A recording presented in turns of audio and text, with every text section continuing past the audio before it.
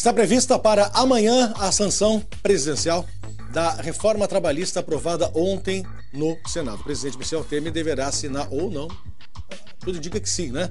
Aprovando aí a votação que passou pelo Senado.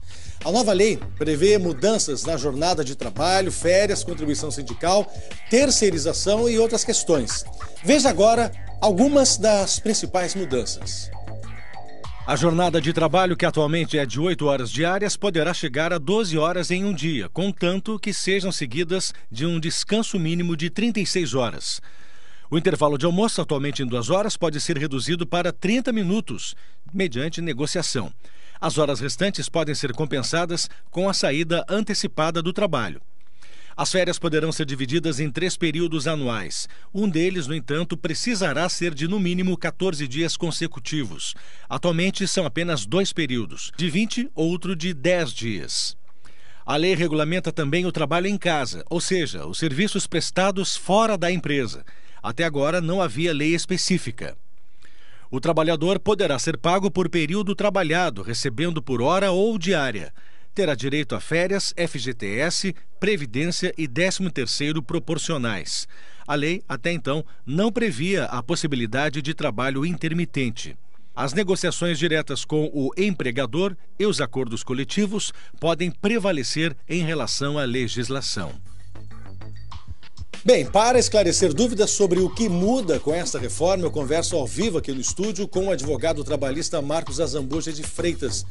Bom dia, Marcos. Seja bem-vindo. Prazer é meu estar aqui contigo e com todo o teu público. Obrigado. Como é que a gente pode resumir essa aprovação aí? Muita gente contra, muita gente a favor, evidentemente, pessoas acreditando que é um enfraquecimento da CLT, que por sua vez é muito antiga, precisava de uma atualização, mas não saiu nos moldes mais justos, mais discutidos, mais democráticos, e sim por imposições de grandes grupos, como, por exemplo, a Confederação Nacional de Transportes, Confederação Nacional de Instituições Financeiras, Confederação Nacional de Indústria e Associação Nacional de Transportes e Carga, ou seja, logística, indústria, bancos e empresas de transporte, que conseguiram aprovar, enfim, diversas emendas através de 82 deputados. Esse é o levantamento de um site, né, de jornalismo, que é o The Intercept Brasil. Ou seja, tem gente graúda por trás motivando isso.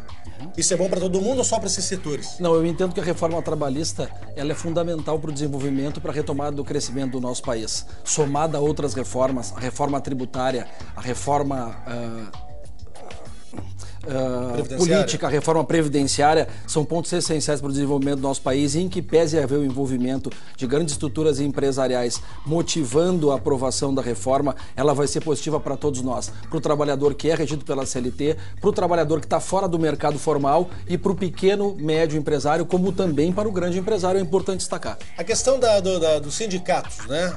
O fim da contribuição obrigatória, da contribuição sindical, né? Uma vez por ano, um dia de trabalho. O fim disso enfraquece os sindicatos.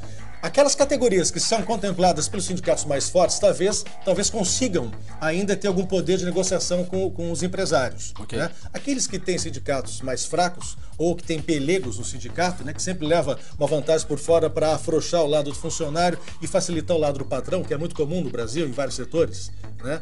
Como é que fica isso? Quem sai perdendo, quem sai ganhando? O sindicato está fraco ou não?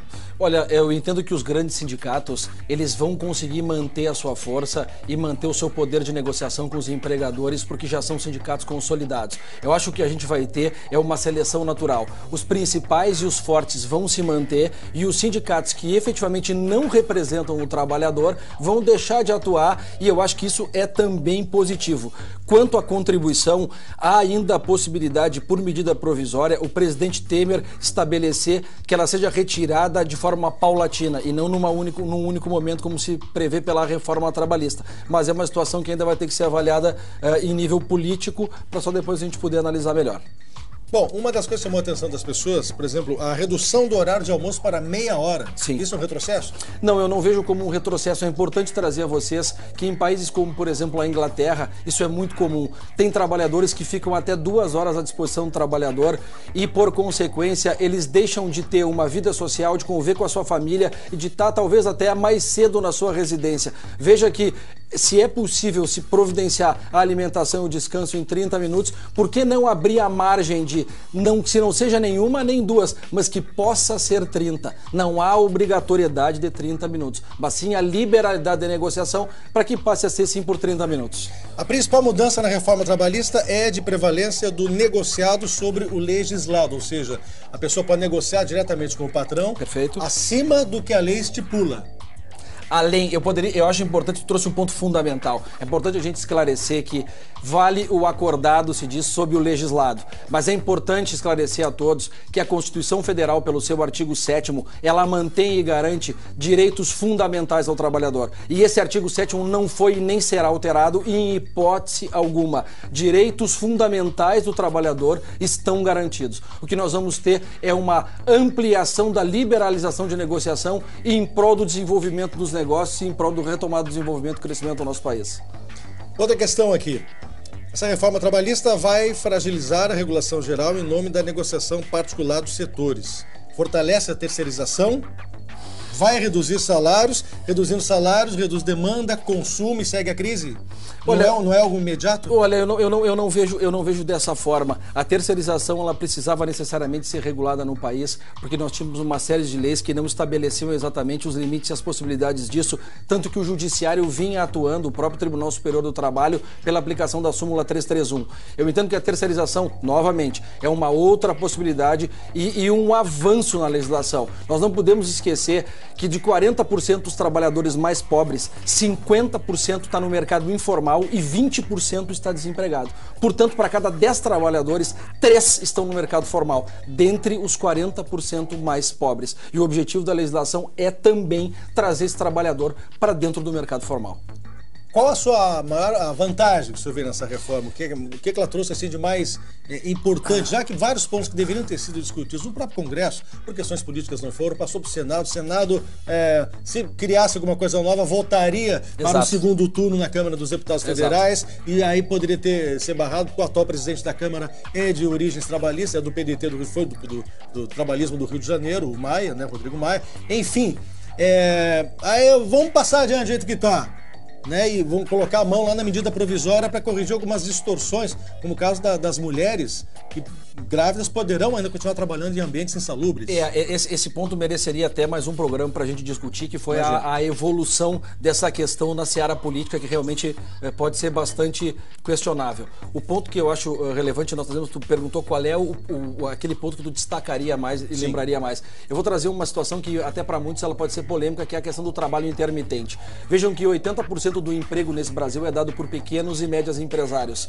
O pequeno e o médio empresário muitas vezes ele quer contratar e ele não pode, porque ele está limitado a contratar por 8 horas dentro daquilo que estabelece a CLT. Pois bem, a partir desta possibilidade da contratação do trabalho intermitente, ele vai poder contratar o trabalhador e pagar por hora de serviço. Isso vai trazer profissionais que estão fora do mercado para o mercado formal e vai ampliar, sim, a possibilidade de incremento de negócios para o pequeno e médio empresário.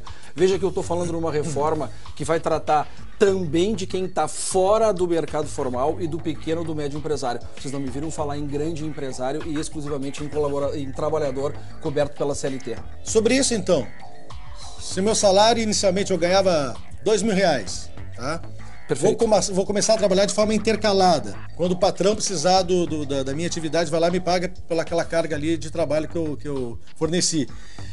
Como é que fica no contra-cheque? Eu preciso de contra-cheque para poder fazer um financiamento, para poder juntar dinheiro lá para o fundo de garantia, para poder contar tempo de serviço para a Seguridade Social. E me pagando assim de pingadinho em pingadinho, como é que fica no cômputo geral do meu contra-cheque na hora de tirar um financiamento, comprar uma casa popular, por exemplo? Tu traz um ponto relevante, mas eu acho importante a gente lembrar que este trabalhador, se tem muita ideia de que vai haver uma mudança da forma de contratação e aquele que é contratado para trabalhar numa jornada de 8 horas, ele vai ser dispensado para trabalhar de forma intermitente. Eu não vejo dessa forma. Eu vejo que essa possibilidade ela vai trazer para o mercado quem está fora do mercado formal. Esse é um problema que vai ter que ser trabalhado no tempo, porque realmente a grande situação tem mês que tu pode trabalhar 10 horas, 15 horas, 20 horas e tu não vai ter uma remuneração fixa, exata, vai estar recebendo por hora de trabalho. São situações em que o dia a dia vai nos dar o melhor caminho, mas eu reitero que eu não vejo que a aprovação da reforma, na forma como está, ela vai gerar desemprego. Não vejo que seja por aí. Os empresários sempre reclamam com razão, né, do excesso de despesa. Um funcionário que tem um salário de 2 mil, ele custa 4 mil. Por quê? Por causa da carga tributária. O governo que permite uma reforma dessa sem mexer na carga tributária, sem cortar gastos internos, a máquina gigantesca, dispendiosa que é um governo federal, né? Não corta gastos, não diminui a cobrança de impostos abusivos, não alivia para o empresário, vai estourar sempre na ponta mais fraca da corda, que é o trabalhador. Ou estou errado? Não. A tua leitura é correta, e veja que eu apontei no início que junto à reforma trabalhista, nós precisávamos da reforma tributária, a reforma previdenciária e principalmente uma reforma política bastante séria. Somado, claro, à retomada dos investimentos em infraestrutura, que sem isso o país não vai a lugar algum. Eu entendo que está correta a tua avaliação, sim. É importante que a gente faça uma análise precisa desse ponto, porque um trabalhador que hoje recebe R$1, ele custa 2 para o empregador, cerca de 100% além da remuneração que ele percebe. Veja que grande parte disso é destinada ao Estado em termos de impostos e repasse de impostos. Acho que sim, há aí um espaço para a gente debater e para a gente buscar alternativas para reduzir essa carga e de repente botar parte desse valor dentro da empresa, a outra parte na mão do trabalhador. Prazer, Manuel. Estamos sempre à disposição. Obrigado pela o negócio aqui é rápido, é frenético. Estamos sempre à disposição. Uma boa tarde para ti e para todo o teu público. Obrigado pela sua presença, a gente poder esclarecer as pessoas, porque as dúvidas, eu estou fazendo aqui o trabalho do advogado do diabo, né? Eu sou o trabalhador, tenho que ouvir o que a população, o espectador quer que eu pergunte para o senhor. Sem dúvida. E o importante e o fundamental é a gente poder debater. Eu acho que esse é o grande ponto. A gente prosseguir com esse debate, que eu ainda entendo que, em que pese a aprovação, muita coisa ainda está para acontecer. Tá certo. Muitíssimo obrigado, doutor Marcos, pela sua presença. Obrigado, Pelé. Uma boa tarde. Boa tarde, senhor. Bom dia.